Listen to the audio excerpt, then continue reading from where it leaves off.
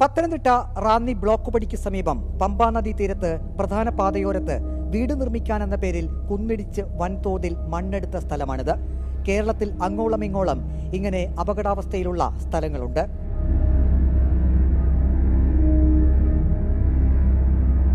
യഥാർത്ഥത്തിൽ ഇങ്ങനെയുള്ള സ്ഥലങ്ങളിൽ കുന്നിടിച്ച് മണ്ണെടുക്കുന്നത് വീട് നിർമ്മിക്കാൻ തന്നെയാണോ? ഒരു വലിയ കുന്ന് അപ്പാടെ ഇടിച്ച് മണ്ണ് കടത്തിക്കൊണ്ടുപോകാൻ ആരാണ് ഭൂവുടമയ്ക്ക് അനുമതി കൊടുത്തത്? വീട് നിർമ്മാണം മറയാക്കി മണ്ണും പാറയും വിറ്റാൽ ആർക്കൊക്കെയാണ് സാമ്പത്തിക നേട്ടം? നമ്മൾ പറയേണ്ടത് ഇതിൻ്റെ ഈ സംഭവത്തെ തന്നെ അടിസ്ഥാനമാക്കി പറയുകയാണെങ്കിൽ ഇവിടെ പല ഭാഗങ്ങളിലും ഉണ്ട്. എങ്കിൽ തന്നെ ഈ സംഭവത്തെ അടിസ്ഥാനമാക്കി തന്നെ പറയുകയാണെങ്കിൽ ഈ മണ്ണെടുത്ത കാലം മുതൽ മണ്ണെടുപ്പ് തുടങ്ങിയ ആ സമയങ്ങളിൽ തന്നെ ഇവിടെ നിരവധി ആൾക്കാർ വന്ന് പ്രതിഷേധങ്ങളും രാഷ്ട്രീയ പാർട്ടികൾ ഉൾപ്പെടെയുള്ള ഒരു പ്രതിഷേധം നടത്തുകയും ഇത് തടയുകയും എല്ലാം ചെയ്തിട്ടുള്ളതാണ്. പക്ഷേ ഈ ഉദ്യോഗസ്ഥരുടെ അനാസ്ഥ കാരണം ഉദ്യോഗസ്ഥർ അവർക്ക് വേണ്ട പോലെ ഒത്താശ ചെയ്തു കൊടുക്കുന്നത് കാരണത്താലാണ് ഇത് സാധ്യമാകുന്നത്. അല്ല, ഒരു കാരണവശാലും അല്ല, സാധ്യമാവില്ല. ഉദ്യോഗസ്ഥരുടേതായ ജോലി ചെയ്യണം. അവരതല്ല ചെയ്യുന്നത്. നമ്മുടെ നികുതിപ്പണം കൊണ്ട് ശമ്പളം കൈപ്പറ്റി ഇരിക്കുന്ന ആൾക്കാർ അവർ മറ്റാൾക്കാർക്കും രാഷ്ട്രീയ പാർട്ടികൾക്കാർക്കും ഏതാനും രാഷ്ട്രീയ പാർട്ടി ഭരിക്കുന്നവർക്ക് വേണ്ടി ഒത്താശ ചെയ്തു കൊടുത്താണ് ഇത് നടന്നുകൊണ്ടിരിക്കുന്നത്.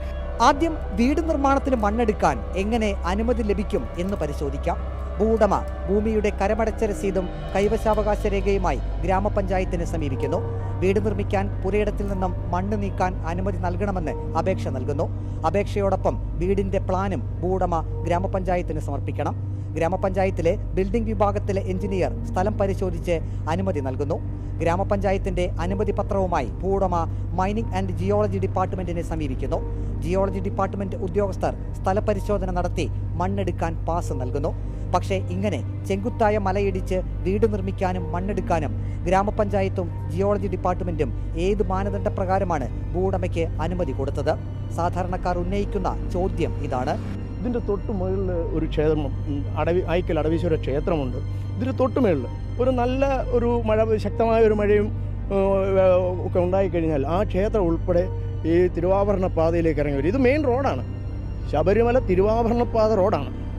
ഇത് ഒഴുകി നേരെ വരുന്നത് ഇവിടേക്കാണ്. പലരുടെ ജീവിതം നഷ്ടപ്പെടും, പല കുടുംബങ്ങൾ അനാഥമാകും. ഇത് ഉദ്യോഗസ്ഥരെ സംബന്ധിച്ച് പറയുമ്പോൾ അവർക്കിതൊരു വിഷയമല്ല.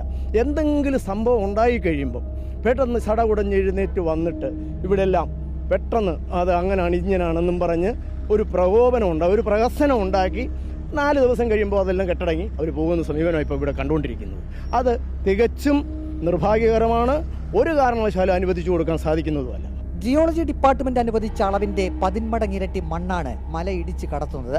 അനുവദിച്ച അളവിൽ കൂടുതൽ മണ്ണ് കടത്തുന്നുണ്ടോ എന്നുള്ള ഒരു പരിശോധനയും ജിയോളജി ഡിപ്പാർട്ട്മെന്റിന്റെ ഭാഗത്തു നിന്നുണ്ടാകുന്നില്ല. ഇനി അഥവാ ആരെങ്കിലും പരാതി നൽകിയാൽ കൂടുതലായി കടത്തിയ മണ്ണിന് ഒരു നിശ്ചിത തുക പിഴയടക്കേണ്ടി വരും, അത്രമാത്രം. അവരുടെ കീശ വീർപ്പിക്കാൻ വേണ്ടി ചെയ്യുന്ന കാര്യമാണ്. കാരണം വെച്ചാൽ ഇത് ഒക്കെ എന്ന് പറഞ്ഞു കഴിഞ്ഞാൽ ഈ മണ്ണെടുത്തു കഴിഞ്ഞാൽ 10 സെൻറ്റ് സ്ഥലം എനിക്ക് നികത്തി വീട് വെക്കാനാണെന്നും പറഞ്ഞ് അവർ മണ്ണെടുക്കുന്നു. ആ മണ്ണെടുത്തതിന് ശേഷം അവർ വീട് വെക്കുന്നില്ല. ഇത് ഒരു കാര്യങ്ങളും ചെയ്യുന്നില്ല. ഇത് ഉദ്യോഗസ്ഥർക്ക് കാശുണ്ടാക്കാൻ വേണ്ടി അവർ ചെയ്യുന്ന ഒരു വിക്രയം മാത്രമാണ്. വീട് നിർമ്മാണത്തിന് മണ്ണെടുക്കാൻ അനുമതി നിഷേധിക്കപ്പെട്ടാൽ ചില ഭൂവുടമകൾ ഹൈക്കോടതിയെ സമീപിക്കും. ഭൂവുടമയുടെ ഹർജി പരിഗണിച്ച് വീട് നിർമ്മാണത്തിന് മണ്ണെടുക്കാൻ അനുമതി നൽകാൻ പറ്റുമോ എന്ന് വിശദമായി പരിശോധിക്കാൻ അധികൃതർക്ക് ഹൈക്കോടതി നിർദ്ദേശം നൽകും. ഹൈക്കോടതിയുടെ ഈ നിർദ്ദേശം മറയാക്കി അധികൃതർ മണ്ണെടുപ്പിന് അനുമതി നൽകും. ഇപ്പം തന്നെ നമ്മുടെ വയനാട്ടിലെ കണ്ടില്ലേ, നമ്മുടെ സഹോദരങ്ങളാണ് പോയത്.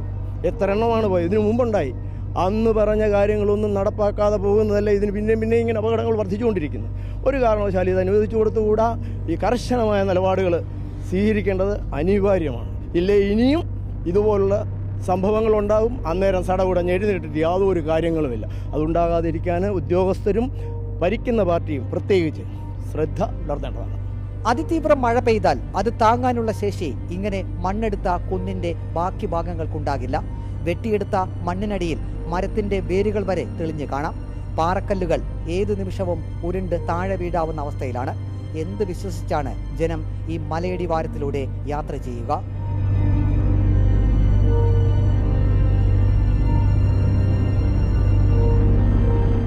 കേരളത്തിൽ ഇങ്ങനെ അനധികൃതമായി മണ്ണെടുത്ത് അപകടാവസ്ഥയിലുള്ള നിരവധി സ്ഥലങ്ങളാണുള്ളത്. നടപടിയെടുക്കേണ്ട ഉദ്യോഗസ്ഥർ കണ്ണടയ്ക്കുകയാണ്. വീഡിയോ ജേർണലിസ്റ്റ് അജി കുടുംബനൊപ്പം reporter Praveen Purushothaman, in reporter, Pathanamthitta.